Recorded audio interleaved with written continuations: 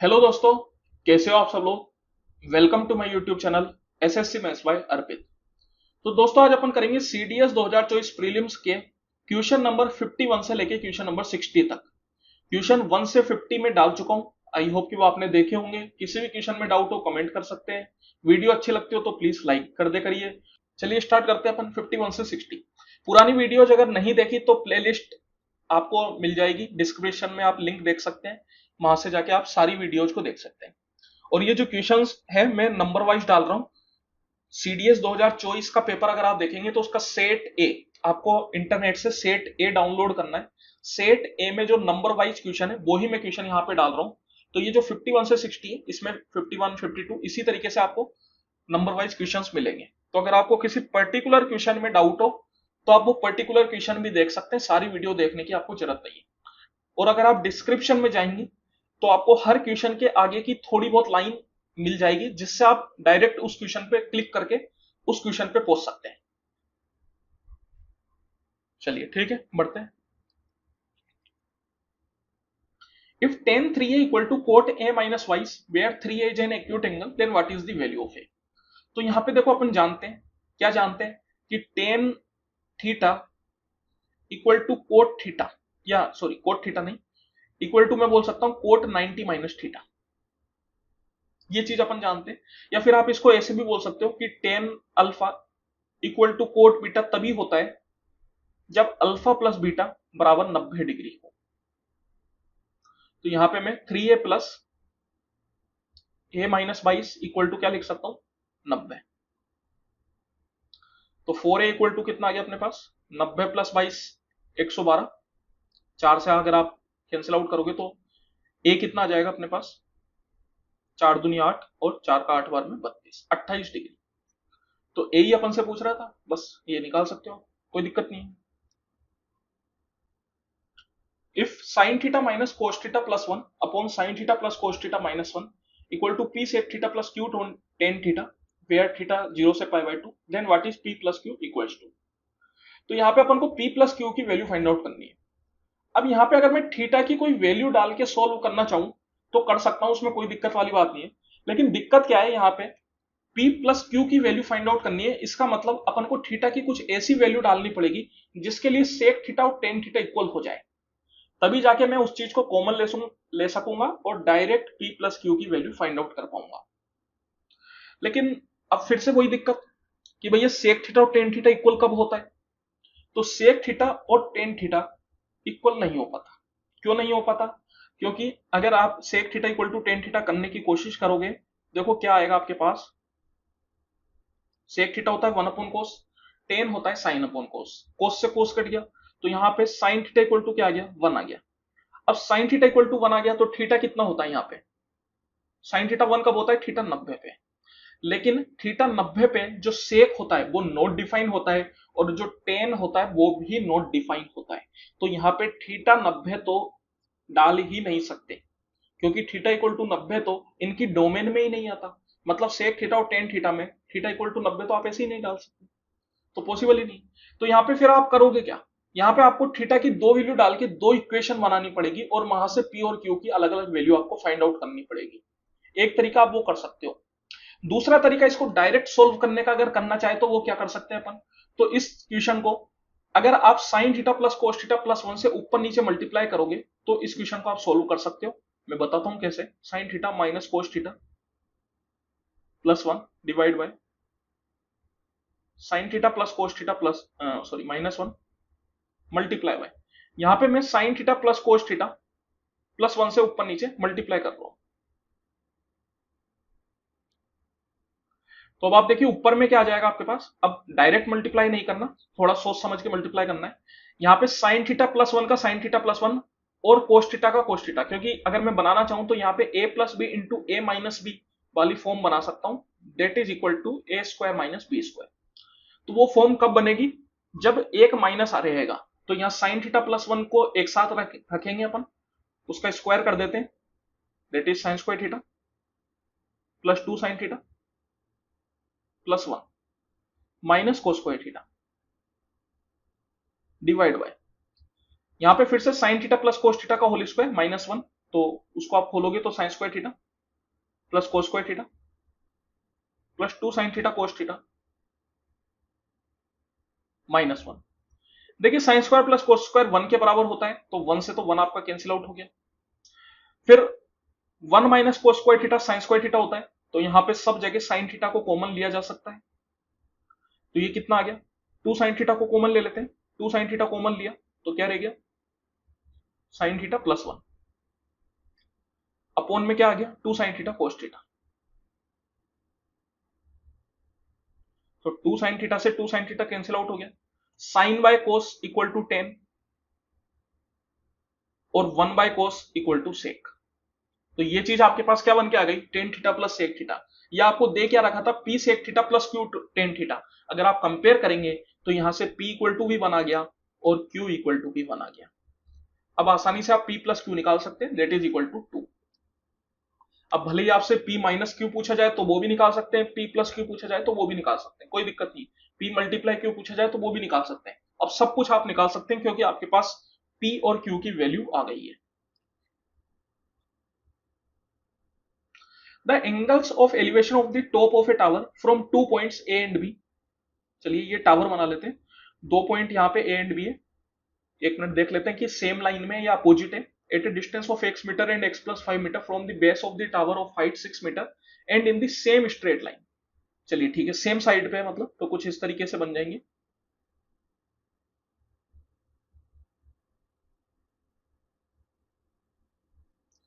तो ये जो पॉइंट है ये ए पॉइंट हो गया और ये हो गया बी पॉइंट। यहां पे अपन को ए पॉइंट जो है वो x मीटर की डिस्टेंस पे दे रखा है बेस से, और बी पॉइंट जो है वो x प्लस 5 मीटर की डिस्टेंस पे दे रखा है। मतलब ये जो पूरा डिस्टेंस है ये कितना है, x प्लस 5 मीटर। अगर ये पूरा x प्लस 5 है और ये a तक x है, तो मैं बोल सकता हूं बाकी जो बचेगा वो 5 मीटर हो जाएगा। मतलब a से b के बीच का जो डिस्टेंस है वो अपन को 5 मीटर दे रखा है और टावर की हाइट दे रखी है 6 मीटर। अपन से पूछ क्या रहा है, अपन से पूछ रहा है what is the value of x, और साथ में दे रखा है कि ये जो दोनों एंगल्स है, एंगल ऑफ एलिवेशन जो है इस टावर का इन दोनों पॉइंट से, वो आपस में कॉम्प्लीमेंट्री है। कॉम्प्लीमेंट्री होने का मतलब है कि दोनों का जो सम है वो 90 डिग्री के बराबर है। मतलब अगर ये थीटा है तो ये 90 माइनस थीटा है। ठीक है, चलिए अब आप देखिए यहां पे अगर मैं बात करूं पहले वाले ट्राइंगल में, तो यहां से मैं टेन थीटा इक्वल टू लिख सकता हूं। टेन थीटा इक्वल टू क्या होता है, परपेंडिकुलर अपॉन बेस, मतलब 6/6। इसी तरीके से ये अगर मैं बड़े वाले ट्राइंगल की बात करूं तो बड़े वाले ट्राइंगल में मैं कोट 90 माइनस थीटा लिखना चाहूंगा, क्योंकि कोट 90 माइनस थीटा जो होता है वो फिर से टेन थीटा बन जाता है। तो कोट 90 माइनस थीटा मतलब ये जो एंगल है ये 90 माइनस थीटा है, और इसकी कोट वैल्यू में निकालूंगा। कोट क्या होता है, बेस अपॉन परपेंडिकुलर। बेस है पूरा x प्लस 5 और परपेंडिकुलर जो है वो 6 है। अब आप देखिए cot 90 minus theta tan theta ही होता है, तो ये दोनों चीजों को अपन आपस में इक्वल कर सकते हैं। 6/x equal to x plus 5/6। तो यहां से क्वाड्रेटिक बनेगी, कोई बात नहीं, x square plus 5x minus 36 equal to 0। इसके रूट्स अगर बनाएंगे तो क्या रूट्स बन जाएंगे इसके, जो 36 है उसको अपन तोड़ सकते हैं, 9 और 4 में तोड़ सकते हैं। That means +9 -4। अगर +9 -4 आया तो जो इसके रूट्स बनेंगे वो एक तो रूट हो जाएगा -9 और एक रूट हो जाएगा +4। देखिए कभी भी जो साइड होती है वो नेगेटिव में पॉसिबल नहीं है, तो इसका जो केवल एकमात्र ऑप्शन है x की क्या वैल्यू आ जाएगी, 4 मीटर। ठीक है, चलिए consider the following statements in a triangle ABC if sin a plus sin b plus sin c equal to 3√3/2 then the triangle can be equilateral. किसी ट्राइंगल एबीसी में अगर sin a plus sin b plus sin c equal to 3√3/2 होता है तो क्या triangle equilateral हो सकता है क्या। देखो अगर 3√3/2 की बात की जाए तो ये इसको मैं √3/2 प्लस √3/2 प्लस √3/2 लिख सकता हूं। लिख सकता हूं या नहीं लिख सकता, लिख सकता हूं। इसका मतलब यहां पे मैं बोल सकता हूं कि sin a equal to sin b equal to sin c equal to √3/2 possible है, क्योंकि अगर आप तीनों को √3/2 डालेंगे तो जो उनका सम है वो क्या हो जाएगा, 3√3/2। इसका मतलब sin a sin b sin c √3/2 हो सकता है। अगर ये हो सकता है तो sin a √3/2 कब होता है, a इक्वल टू 60 डिग्री पे। इसका मतलब a b c तीनों एंगल बराबर हो जाएंगे, और अगर तीनों एंगल बराबर है तो देखिए तीनों एंगल का सम कितना होगा 180 डिग्री। ट्राइंगल की पहली प्रॉपर्टी क्या होती है कि sum of all angles equal to 180। तो तीनों एंगल का सम मिला के 180 आ रहा है, मतलब यहां पे ट्राइंगल बनेगा और तीनों एंगल बराबर है, तो इस ट्राइंगल को अपन क्या बोलेंगे इक्विलेटरल। इसका मतलब 3√3/2 करने पे ट्राइंगल इक्विलेटरल हो सकता है। कैन भी बोला है तो पॉसिबिलिटी बोल रहा है कि क्या हो सकता है, क्या तो हो सकता है। ऐसा नहीं है कि साइन है साइन भी साइन सी की केवल यही वैल्यू पॉसिबल है, इसके अलावा भी कुछ और वैल्यू डाल सकते हैं अपन, कोई दिक्कत वाली बात नहीं है। लेकिन मेन बात ये कैन बी का मतलब होता है पॉसिबिलिटी है क्या, तो पॉसिबिलिटी है। इसी तरीके से दूसरे वाले केस में cos A plus cos B plus cos C equal to 3/2 है। 3/2 को फिर से मैं 1/2 प्लस 1/2 प्लस 1/2 लिख सकता हूं।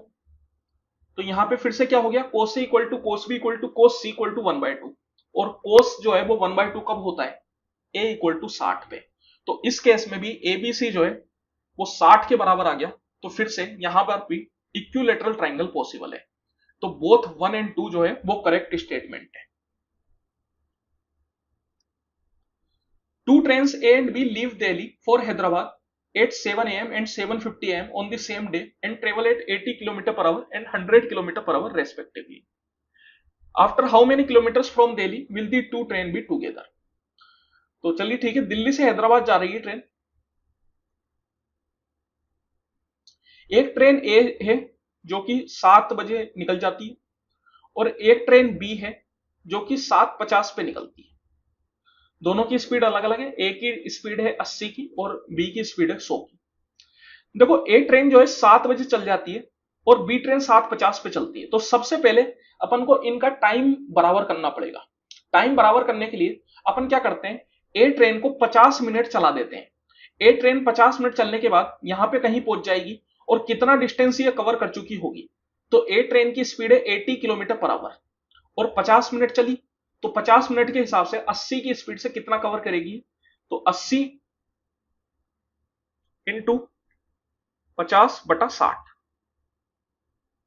क्योंकि ये जो 50 है ये मिनट में आया और अपन जो स्पीड ले रहे हैं वो किलोमीटर पर आवर में ले रहे हैं, तो इसको आवर में चेंज करना जरूरी है। दैट्स वाई मैंने 60 से डिवाइड कर दिया। 2 से 3 बार में, 2 से 40 बार में, तो 40 इंटू 5 200, 200/3। दैट मीन्स ये जो ट्रेन ए है इसने 200/3 डिस्टेंस कवर कर लिया। अब इस टाइम पे ट्रेन बी चल रही है, तो देखो यहां पे बोल रहा है कि कितने किलोमीटर के बाद दिल्ली से ये दोनों ट्रेनें साथ में मिलेगी। तो मैं मान लेता हूं कि इस पॉइंट पे जाके ये दोनों ट्रेनें मिल गई। अब इतना पक्का है कि सेम टाइम पे स्टार्ट कर रहे हैं और सेम टाइम पे खत्म कर रहे हैं, क्योंकि दोनों ट्रेनें, ए ट्रेन यहां से 7:50 पे स्टार्ट कर रही है और बी ट्रेन यहां से 7:50 पे स्टार्ट कर रही है और दोनों मिल इसी पॉइंट पे रहे। दैट मीन्स बराबर टाइम के लिए ट्रेवल कर रहे हैं। तो जब कभी भी टाइम बराबर होता है तो उस केस में डिस्टेंस का जो रेशियो होता है वो स्पीड के रेशियो के बराबर हो जाता है। तो मैं बोल सकता हूं कि इन दोनों के बीच जो डिस्टेंस का रेशियो होगा वो स्पीड के रेशियो के बराबर हो जाएगा। और ए और बी का स्पीड का रेशियो क्या है, ए है 80 और बी है 100। दैट मीन्स 4:5 का रेशियो आ गया। ये 4 और 5 में एक का डिफरेंस आप देख रहे होंगे। एक का डिफरेंस क्यों आया, क्योंकि ए ट्रेन जो है वो पहले ही 200/3 मीटर आगे थी। दैट मीन्स एक की वैल्यू आ गई 200/3। यही जो है 4 और 5 अपना डिस्टेंस का रेशियो हो गया। अब डिस्टेंस के रेशियो में 1 का जो डिफरेंस है वो इसलिए है क्योंकि 200/3 किलोमीटर का डिफरेंस है। तो 1 की वैल्यू हो गई 200/3। अपन से पूछ रहा है कि दिल्ली से चलने के बाद कितनी दूरी पे ट्रेनें मिलेगी। तो दिल्ली से जो है कौन चला, 7:50 पे बी चला और बी की कितनी यूनिट है, 5 यूनिट। तो एक तरीके से मेरे से 5 यूनिट की वैल्यू पूछ रहे हैं, तो कितनी हो जाएगी 1000/3। 5 इंटू 200/3 करोगे तो 1000/3 आ जाएगा। इसका मतलब दिल्ली से 1000/3 किलोमीटर चलने के बाद दोनों ट्रेनें मिल जाएगी।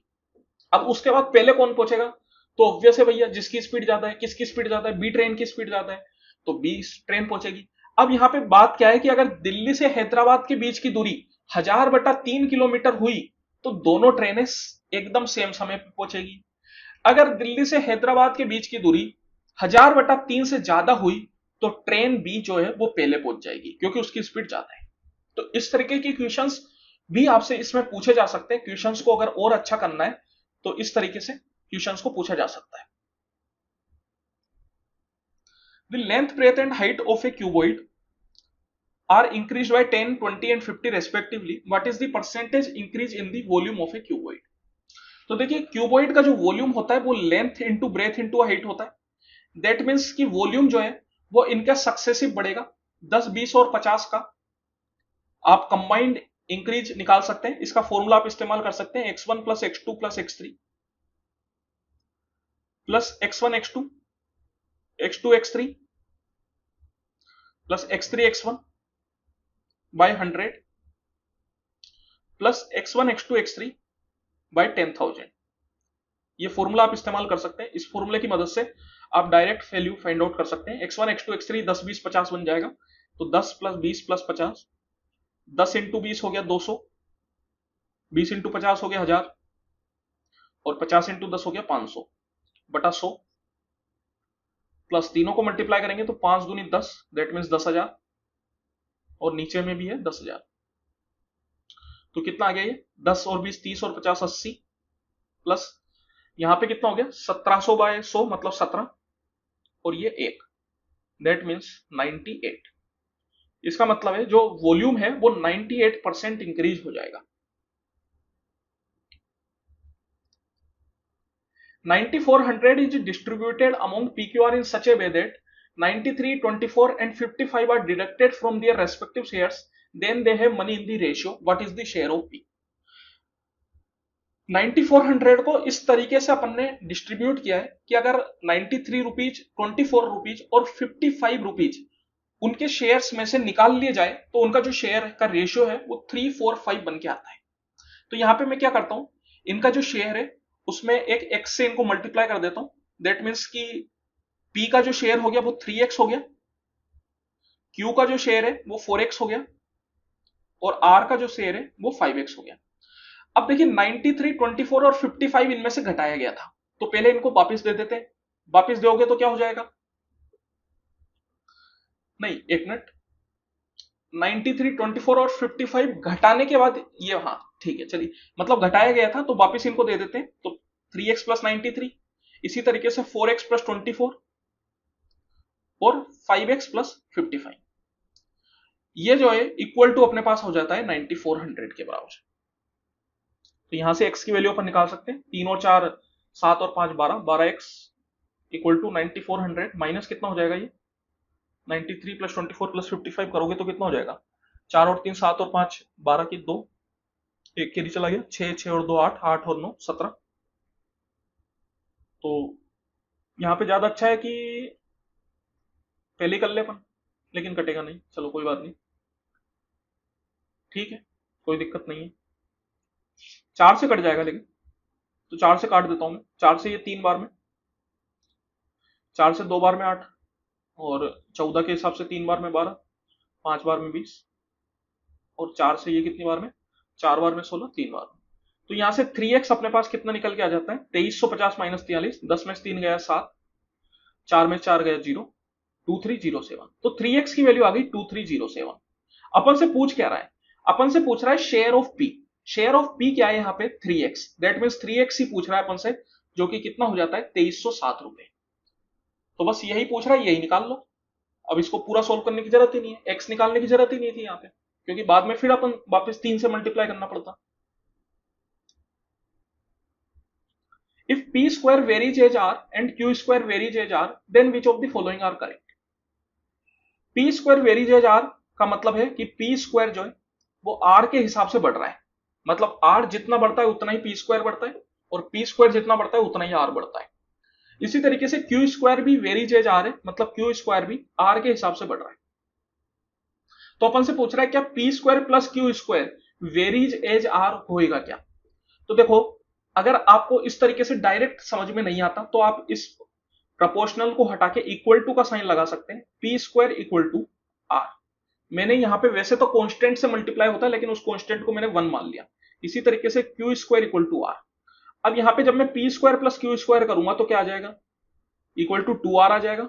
दैट मीन्स फिर से 2 एक कांस्टेंट है, तो जब कभी भी अपन प्रोपोर्शनल का साइन में चेंज करते हैं इक्वल टू को, तो कांस्टेंट को हटा दिया जाता है। तो इसको मैं क्या लिख सकता हूं, इसको मैं लिख सकता हूं p square plus q square is directly proportional to r. तो एकदम सही बात है कि पी स्क्वायर और क्यू स्क्वायर जो है वो आर के हिसाब से वेरी करते हैं। फिर आता है P Q varies as R. तो P Q varies as R, तो दोनों को मल्टीप्लाई कर देते हैं, P square into Q square, क्या आ जाएगा, पी स्क्वायर की वैल्यू है आर और क्यू स्क्वायर की वैल्यू है आर, तो आर स्क्वायर। तो अब यहां पे अगर देखो दोनों साइड स्क्वायर रूट लोगे तो क्या होगा, p square into Q square root से बाहर आके पी क्यू और आर स्क्वायर स्क्वायर रूट से बाहर आके आर। तो फिर से यहाँ पे पी क्यू जो है वो डायरेक्टली प्रोपोर्शनल टू आर हो गया, मतलब ये भी एकदम सही है। P square minus Q square varies as R, P square minus Q square, तो P square minus Q square अगर अपन करें तो क्या आता है, P square minus Q square करने पे क्या आता है, आर माइनस आर आता है। अब कोई मुझसे बोले कि आर माइनस आर जीरो हो गया, that means P square minus Q square constant हो गया। तो क्या ये बोलना सही बात है, बिल्कुल सही बात नहीं है, क्योंकि मैंने बोला था जब अपन इक्वल टू का साइन लगाते हैं तो यहां पे कांस्टेंट होता है, जो कि कांस्टेंट को मैंने 1 मान लिया, लेकिन क्यों मान लिया वो तो मेरी मर्जी है। अगर मैं यहां पे 1 की जगह 2 कर देता, p square equal to 2 r कर देता, तो फिर क्या होता, ये हो जाता 2 r minus r that is equal to r. तो इस केस में तो P square minus Q square varies as r हो जाता। दैट्स वाई यहां पे इक्वल टू जीरो बोलना सही बात नहीं है, क्योंकि ये कभी भी डायरेक्टली इक्वल नहीं होते, कांस्टेंट के साथ होते हैं। तो इन दोनों में जो कांस्टेंट होगा वो अलग अलग हो सकता है, तो उस केस में फिर ये डायरेक्टली प्रोपोर्शनल टू आर हो जाएगा। तो ये भी एकदम सही है, that means 1 2 3, option number D. P number of man can finish A work of peace of work in Q days, P आदमी जो है किसी काम को क्यू दिन में खत्म कर देते हैं, तो टोटल वर्क हो गया P into Q. If there are 50% more men, then the work will be finished in 12 days earlier. अगर 50% आदमी बढ़ जाते हैं, पहले पी आदमी थे अब 50% बढ़ जाते हैं, तो अब आदमी कितने हो जाते हैं, अब 150% ऑफ पी हो जाते हैं। और जो काम है वो 12 दिन पहले खत्म हो जाता है, पहले क्यू दिन में खत्म होता था, अब 12 दिन पहले खत्म होएगा, तो कितने दिन में हो जाएगा, क्यू माइनस 12। अब यहां पर भी टोटल वर्क इक्वल है, दोनों टोटल वर्क को मैंने इक्वल किया है, तो पी से तो पी कैंसिल आउट हो गया। क्यू की वैल्यू अपन को फाइंड आउट करनी है, उसको अपन फाइंड आउट कर सकते हैं 50 से 3 बार में, 50 से 2 बार में। तो 2q equal to 3q minus 12 3 36, तो q यहां से कितना आ गया 36 के बराबर। दैट मीन्स q की वैल्यू कितनी आ जाएगी 36। ये जो कैन नॉट बी डिटरमाइन है, इसके ऊपर बहुत ज्यादा भरोसा मत करना, क्योंकि जब कभी भी can not be determine option में दिया जाता है तो अक्सर वो आंसर नहीं होता, है ना। कैन नॉट बी डिटरमाइन वो जान पूछ के देते हैं ताकि आप जल्दबाजी में कैन नॉट बी डिटरमाइन लिख के आ जाओ और अपना आंसर गलत कर लो, तो ऐसा कभी मत करना। What is the minimum value of this, इसकी मिनिमम वैल्यू मेरे को फाइंड आउट करनी है। सबसे पहले मैं ए से डिवाइड कर सकता हूं इसको, तो A plus 3 plus 1 upon A into B plus 3 plus 1 upon B, ये बन गया। अब यहां पे अगर आप ध्यान से देखोगे तो ये कुछ कुछ आपको x प्लस 1 अपॉन एक्स जैसा दिख रहा होगा। a प्लस 1 अपॉन ए क्या बन गया, x plus 1 upon x, b plus 1 upon b भी कैसा है, x प्लस 1 अपॉन एक्स। अपन जानते हैं जब कभी भी x पॉजिटिव होता है, ग्रेटर देन 0 होता है, तो उसके लिए ये हमेशा 2 या 2 से बड़ा होता है, कभी भी 2 से छोटा नहीं हो सकता। मिनिमम वैल्यू की अगर बात की जा रही है तो दो नंबर मल्टीप्लाई में मिनिमम कब होंगे, जब वो आपस में भी मिनिमम हो। दैट मीन्स कि यहाँ पे इनकी जो मिनिमम वैल्यू है वो क्या संभव है, x प्लस 1 अपॉन एक्स की जो मिनिमम वैल्यू होती है वो 2 होती है। That means a plus 1 upon A की मिनिमम वैल्यू 2 है, तो 2 प्लस 3। सेम तरीके से b प्लस 1 अपॉन बी की भी मिनिमम वैल्यू 2 है, तो 2 प्लस 3, तो 5 इंटू 5 इज इक्वल टू 25। तो इसकी जो मिनिमम वैल्यू आएगी वो आ जाएगी 25 के बराबर। चलिए बहुत है आज के लिए, हो गए अपने 10 सवाल, आगे के अपन अगली वीडियो में करेंगे। तब तक के लिए बहुत बहुत धन्यवाद।